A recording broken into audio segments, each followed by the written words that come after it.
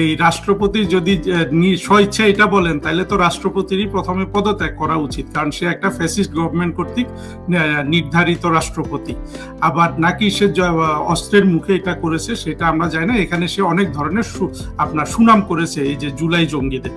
আমি যে জায়গাটা আসবো, দেখেন ইসমাইল ভাই, এই রাষ্ট্রপতি বলুন, এই আপনার ওয়াকারুজ্জামান বলুন, কেউ কিন্তু 5ই আগস্ট পরবর্তী বা জুলাই আগস্টের যে ধরনের আপনার বাংলাদেশের উপর অনাচার হয়ে গেল, তার প্রতি তারা সুবিচার করেননি। আমরা এই রাষ্ট্রপতি শাহাবুদ্দিনের অনেক সুনাম শুনেছি, মুক্তিযোদ্ধা শুনেছি, উনি কি করেছেন এসব শুনেছি। হ্যাঁ, অবশ্য ওই উনি ইয়েতে আপনার কি বলে দুদক, দুর্নীতি দমন কমিশনে থাকা অবস্থায় উনি পদ্মা সেতু নিয়ে যে ষড়যন্ত্রটা হয়েছিল সেই সময় একটা বলিষ্ঠ ভূমিকা রেখেছেন, এটাও আমরা দেখেছি। আবার পাশাপাশি আমরা এও শুনেছি যে উনি কোটি কোটি টাকা বানিয়ে নিয়েছেন দুদক থেকে। যদি সত্যি আমি দেখেন ইসমাইল ভাই, আমি মনে করি বাংলাদেশের মুক্তিযুদ্ধের প্রতি আপনার যদি প্রতিশ্রুতি থাকে, আপনি সবার আগে মনোযোগ দেবেন মুক্তিযুদ্ধের চেতনা বাস্তবায়নে, টাকা কামানোতে না। যাক, এটা যেহেতু আমরা জানি না, এই নিয়ে বেশি বললাম না, কিন্তু রাষ্ট্রপতি শাহাবুদ্দিনের প্রকৃত চরিত্র ফুটে ওঠার যেই সুযোগ ওনার সামনে এসেছিল, সেটা ছিল এই জুলাই আগস্টের অনাচার এবং তার তৎপরবর্তী 1 বছর। সেইখানে রাষ্ট্রপতির কোনো ভূমিকা আমরা কিন্তু দেখিনি। রাষ্ট্রপতি যেন তার চাকরিটাকে বেশি গুরুত্ব দিচ্ছেন, এটাই আমাদের কাছে মনে হচ্ছে। অর্থাৎ এই রাষ্ট্রপতি শাহাবুদ্দিন বঙ্গভবনে থাকলো কি থাকলো না, উনি জীবিত আছেন না মৃত্যুবরণ করেছেন, এগুলো নিয়ে আসলে আমাদের আর কোনো আগ্রহ নাই। কারণ হলো, জীবনে আপনার অনেক সময় অনেক ধরনের আপনার সিদ্ধান্ত নেওয়ার সময় আসে, ভূমিকা রাখার সময় আসে, দুর্ভাগ্যজনক সময় আসে, আপনার সুসময় আসে। যে যখনই আসুক, যখনই আপনি আপনার পদের মর্যাদা করতে পারছেন না, তখন বুঝতে হবে যে আপনি মানুষ হিসাবে সঠিকভাবে বেড়ে উঠেননি। আমি বলবো জেনারেল ওয়াকারেরও সুশিক্ষা নাই, এই আমাদের এই রাষ্ট্রপতিরও সুশিক্ষা নাই। সুশিক্ষা বলতে, আপনি যদি আলোকিত এবং সুশিক্ষিত মানুষ হন, এক নির্দিষ্ট সময়ে আপনি জ্বলে উঠবেন। আপনি হ্যাঁ মরে যেতে পারেন, মানুষ তো মরেই যায়, কিন্তু আপনি মর্যাদা নিয়ে মরবেন। হ্যাঁ, আপনি আর এরা সবাই কিন্তু বয়স্ক, সেনাবাহিনী প্রধানের হয়তো বয়স একটু কম, কিন্তু রাষ্ট্রপতি তো নিশ্চিত 70 হয়ে গেছে, বা তারও বেশি, 70 প্লাস। এই লোকটার হারানোর কি আছে? সে যদি একটা কঠোর ভূমিকা নিত বাংলাদেশের মুক্তিযুদ্ধের পক্ষে, স্বাধীনতার পক্ষে, আমরা কিন্তু তাকে চিরজীবন আপনার স্মরণ করতাম। এখন কিন্তু এই রাষ্ট্রপতি মরে যাবে, আর 10টা রাষ্ট্রপতির মতো আমরা তাকে ভুলে যাব। আমাদের তাকে স্মরণে রাখার কোনো কারণ নাই। এটা তার দুর্ভাগ্য হতে পারে যে তার সময় একটা জরুরি একটা ক্রিটিক্যাল সময় তার সময়ে তৈরি হয়েছিল, কিন্তু এই দুর্ভাগ্যের সময়, ক্রিটিক্যাল সময় দাঁড়ানোই তো মানুষের আপনার পরিচয়। আচ্ছা হারুন সাহেব, আমি এই যে ধানমন্ডি 32 মাহফুজ আলম বলেছে 1-11 প্রতিধ্বনি শুনতে পাচ্ছি, এই আওয়াজ বেশি জোরে হচ্ছে না? আমরা তো শুনতে পাই না, উনি কিভাবে শুনতে পাইলেন? তাহলে এতদিন হয় নাই কেন? দেশটা ধ্বংস হয়ে গেছে, এখন 1-11 শব্দ শুনতে পাচ্ছেন। এটা নিয়ে অতিথির বক্তব্য, এই যে মাহফুজ আলম এই কথাটা বলেছে, এটা আমি দেখেছি। এখানে নিচে বোধহয় সে লিখেছে যে জুলাই জঙ্গিরাই জিতবে, এটা বলে। আমি যতটুকু দেখেছি, এগুলো কি জনগণকে বিভ্রান্ত করার জন্য এইসব খবর প্রচার হয় নাকি? এটা আগেও শুনতে পাচ্ছি, গৃহযুদ্ধ 1-11 পদধ্বনি নাকি শুনতে পায়। এখন এটা কি পদধ্বনি? দেখুন, এইরকম সময় সবাই সবার মতো করে বিশ্লেষণ করবে, গুজব ছড়াবে, যে যার পক্ষে আপনার পরিস্থিতিকে টানার চেষ্টা করবে। আমি এই সুযোগে শুধু জেনারেল ওয়াকারুজ্জামানকে একটা কথা বলে দিতে চাই, যে আপনার জন্য এখনো কিন্তু সময় আছে।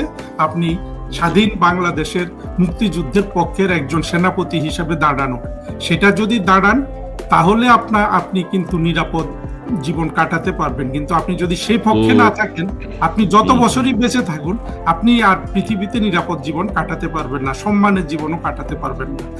আপনি প্রেসিডেন্টের কথা যেটা বললেন, প্রেসিডেন্টের আত্মপরিচয়, সম্মান, সেনাপ্রধানের তো তাই একই অবস্থা। সেনাপ্রধানও তো একদম বিতর্কিত হয়ে গেছেন এখন।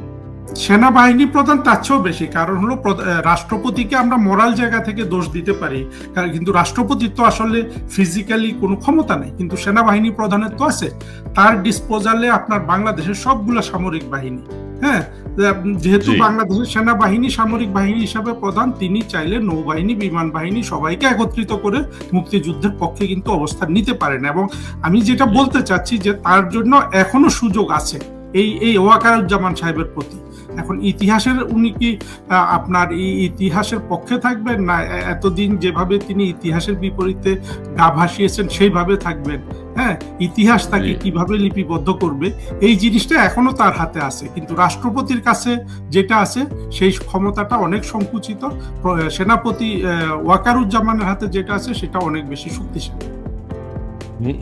রাষ্ট্রপতির চেয়ে ওনার অনেক বেশি, জি, ক্ষমতা আছে। তিন বাহিনীর প্রধান মিলে একটা দেশকে বাঁচানোর, এখন তিন বাহিনী মিলে দেশকে বাঁচানোর কোনো সম্ভাবনা কি আপনার মনে হয়? এক বছরে যে ভাঙচুরের উন্নতি হয়েছে আমাদের দেশে, যে মবের উন্নতি হয়েছে, যে সমস্ত কিছুর যে উন্নতি, গোপালগঞ্জের যে আক্রমণ লজ্জাজনক দেশের সব মানুষের সামনে, সেই ক্ষেত্রে আপনি কি মনে করেন সেনাপ্রধান কোনো এবং 2023 সালে তিনি যখন ক্ষমতা গ্রহণ করেন, তাকে যখন সেনাপ্রধান বানানো হয়, তখন তিনি কিন্তু বঙ্গবন্ধুর কথা বলেছিলেন, স্বাধীন সার্বভৌম বাংলাদেশের কথা বলেছিলেন।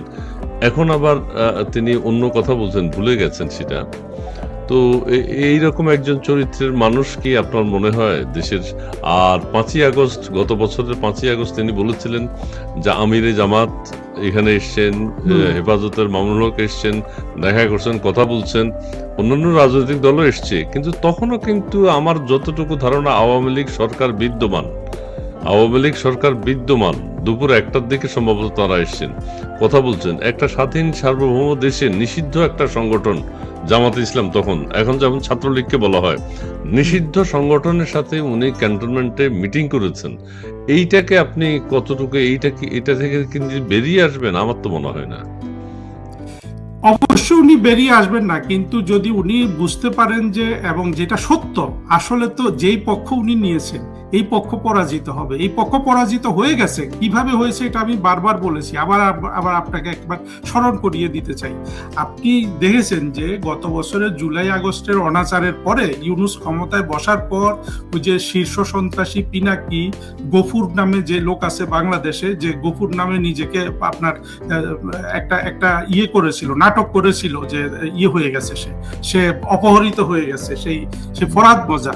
তারপরে আপনার এই যে মাহমুদুর রহমান, তারপর আপনার তাজ হাশমি, একটা 70-75 বছরের উন্মাদ বৃদ্ধ, এরা সবাই ইউনূসকে ডাকছিল যে আপনার হাতে হলো নেপোলিয়নের তরবারি, অর্থাৎ আপনি কেন সব আওয়ামী লীগকে মেরে ফেলছেন না, মুক্তিযুদ্ধের পক্ষে সব মানুষকে মেরে ফেলছেন না।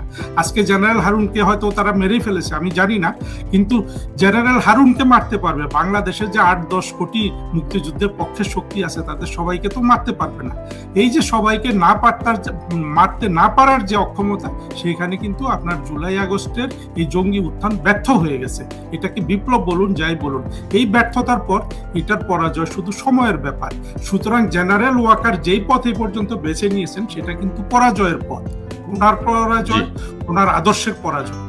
এখন সেটা যদি উনি বুঝতে পেরে, উনি যদি মুক্তিযুদ্ধের পক্ষে শক্তির উনি আপনি উত্থান দেখতে পান, তাহলে হয়তো তিনি পরিবর্তিত হতেও পারেন। অনেক সময় মানুষ আপনার কি বলে ভয়েও কিছু করে। এখন যদি উনি যোগ বিয়োগে যেহেতু অত্যন্ত পাকা, আমি মোটা গর্দান দেবপ্রিয় যতটা যোগ বিয়োগে খারাপ, এই সেনাপ্রধান যোগ বিয়োগে মনে হচ্ছে ততটাই ভালো। সুতরাং ভালো হলেও আমি কিন্তু ওনাকে ওই জিনিসটাই স্মরণ করিয়ে দিতে চাই যে বাংলাদেশে আপনারা যে জঙ্গিবাদ নিয়ে এসছেন এই জুলাই আগস্টে, সেনাবাহিনীর অনেক কথা শুনি এবং প্রতিটা কথাই কিন্তু এই জঙ্গিদের পক্ষে এবং তাদের সবকিছু, কিন্তু এটা পরাজিত হবে। এখন জেনারেল ওয়াকার কি পরাজিত শক্তির পক্ষে থাকবেন, নাকি উনি চাইবেন যে যারা বিজয়ী হবে তাদের পক্ষে আসতে? যদি এই অনুধাবন আসে তাহলে হয়তো উনি কিছু করতে পারেন, আমি আপনার প্রশ্নের উত্তরে যেটা বলতে পারি, অথবা তিনি এই পক্ষেই থাকবেন, কিন্তু বিজয় হবে মুক্তিযুদ্ধের বাংলাদেশের, এটাই সুনিশ্চিত। জি জি, ধন্যবাদ। আমরা শেষের দিকে চলে এসেছি, আর আমি প্রিয় দর্শক আপনাদের জ্ঞাতার্থে একটু জানিয়ে রাখি, বাংলাদেশ সময় রাত 11টায় আমরা দুইজন অতিথিকে নিয়ে বসবো, এবং সেখানে আমরা 35% যে আমেরিকার ট্যারিফ সেটা আমরা কতটুকু লাভবান হয়েছি, কতটুকু ক্ষতিগ্রস্ত হয়েছি সেটা নিয়ে বিশ্লেষণ হবে। আপনারা যারা যুক্ত হবেন ধন্যবাদ জানাবো, আপনারা যুক্ত হবেন আশা করি। আর সেই এখানে বিশ্লেষণ করা হবে যে আসলে আমরা লাভবান হয়েছি কিনা, ক্ষতিগ্রস্ত হয়েছি। আর হারুন সাহেবের কাছে আমার সর্বশেষ প্রশ্ন, এরপরে আমরা শেষ করে দিব, আরেকটা লাইভে যাব 11টার সময়। সেটা হচ্ছে 5ই আগস্ট আগামীকাল। এই যে কেউ কেউ বলছেন খুব একটা ভয়ঙ্কর দিন, কেউ বলছেন দেশকে ধ্বংসের একেবারে শেষ দিন। হ্যাঁ, ইউনূস সাহেব সেখানে বক্তব্য দেবেন, জুলাই ঘোষণাপত্র পাঠ করবেন তিনি, এবং সারা বাংলাদেশ থেকে হাজার হাজার লক্ষ লক্ষ মানুষকে আনার একটা উদ্যোগ নিয়েছেন।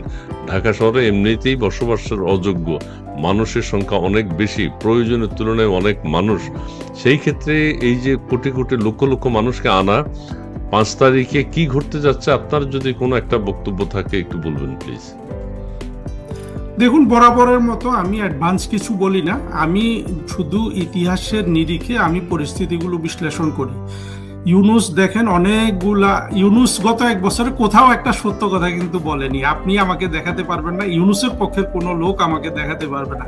এবং কিছুদিন আগে তারা একটা নাটক করেছে যে আপনার বসুন্ধরা সিটিতে নাকি শত শত আপনার আওয়ামী লীগের লোকজন আপনার ট্রেনিং নিচ্ছে। এই ধরনের গাঁজাখুরি গল্প এরা কিন্তু প্রচুর চালাচ্ছে। কালকে ওরা দেখেন ওদের পক্ষে যে কোনো জনসমর্থন নাই, তার প্রমাণ হলো তারা আগেই ট্রেন বরাদ্দ করে রেখেছে সারা বাংলাদেশ থেকে জঙ্গিদের নিয়ে আসার জন্য। তো কি হবে না হবে, সে বোমা মেরে 500 মানুষ মেরে ফেলবে, কি করবে, এগুলো হয় কি যে কোনো কিছু ইউনূস থেকে আপনি আশা করতে পারেন। অর্থাৎ ইউনূসের পক্ষে আপনি শুধু একটা প্রেডিকশন, একটা ভবিষ্যৎবাণী করতে পারবেন, আউট অ্যান্ড আউট একটা ক্রিমিনাল, অর্থনৈতিকভাবে ক্রিমিনাল, মানসিকভাবে ক্রিমিনাল, চরিত্রগতভাবে একটা ক্রিমিনাল। যখন এত বড় একটা ক্রিমিনাল রাষ্ট্র চালায়, রাষ্ট্রকে তার পকেটের সম্পত্তি হিসাবে ব্যবহার করে, শুধু যেটা বলা যায় সে সহজেই কামড় ছাড়বে না, কারণ লোভ হলো ইউনূস আর লোভ এই দুইটা একটা সমার্থক জিনিস। এই লোভের ফাঁদে পড়ে যেই মানুষ ক্ষমতা গ্রহণ করে একটা দরিদ্র রাষ্ট্র থেকে, যে তার এনসিপির প্রতিও তো সে সুবিচার করে নাই, যেভাবে সে 10,000 কোটি টাকা পরিমাণের অর্থনৈতিক লাভ বাংলাদেশ থেকে নিয়ে নিয়েছে। সুতরাং বাংলাদেশে ভবিষ্যতে এই মুক্তিযুদ্ধ বিরোধীরাও হয়তো খেলতে পারে নিজেদের সাথে। একদিকে থাকবে আপনার ইউনূস, অন্যদিকে মৌলবাদীরা, আর পেছনে তো বিএনপি আছেই। আমি এই বর্তমানে যা হচ্ছে এটা এদের মধ্যে ক্ষমতা ভাগাভাগির দ্বন্দ্ব হিসাবে দেখি। এবং এরা যে এখনো মারামারি করছে না, কারণ হলো যে সময়টা খুব বেশি আগের না যখন তারা বুকে বুক মিলিয়ে দিয়েছিল ষড়যন্ত্রের সাথে। সেটা মাত্র 1 বছর গেছে। 1 বছরের মাথায় তো আপনার একে অপরের উপর মানে ইট মারতে পারছে না, কারণ হলো যে লজ্জা লাগছে। কিন্তু যদি এটা বেশি দিন চলে, ভবিষ্যতে হয়তো তারাই কামড়াকামড়ি করবে, মারামারি করবে। কিন্তু বাংলাদেশের মানুষকে যে জিনিসটা বুঝতে হবে, একমাত্র শেখ হাসিনা দেখিয়েছেন বাংলাদেশের অর্থনৈতিক উন্নতি করে, সেটা একটু আমি বলবো সবাইকে মাথা রাখার। আর কেউ কিন্তু সেটা করে দেখাতে পারেনি।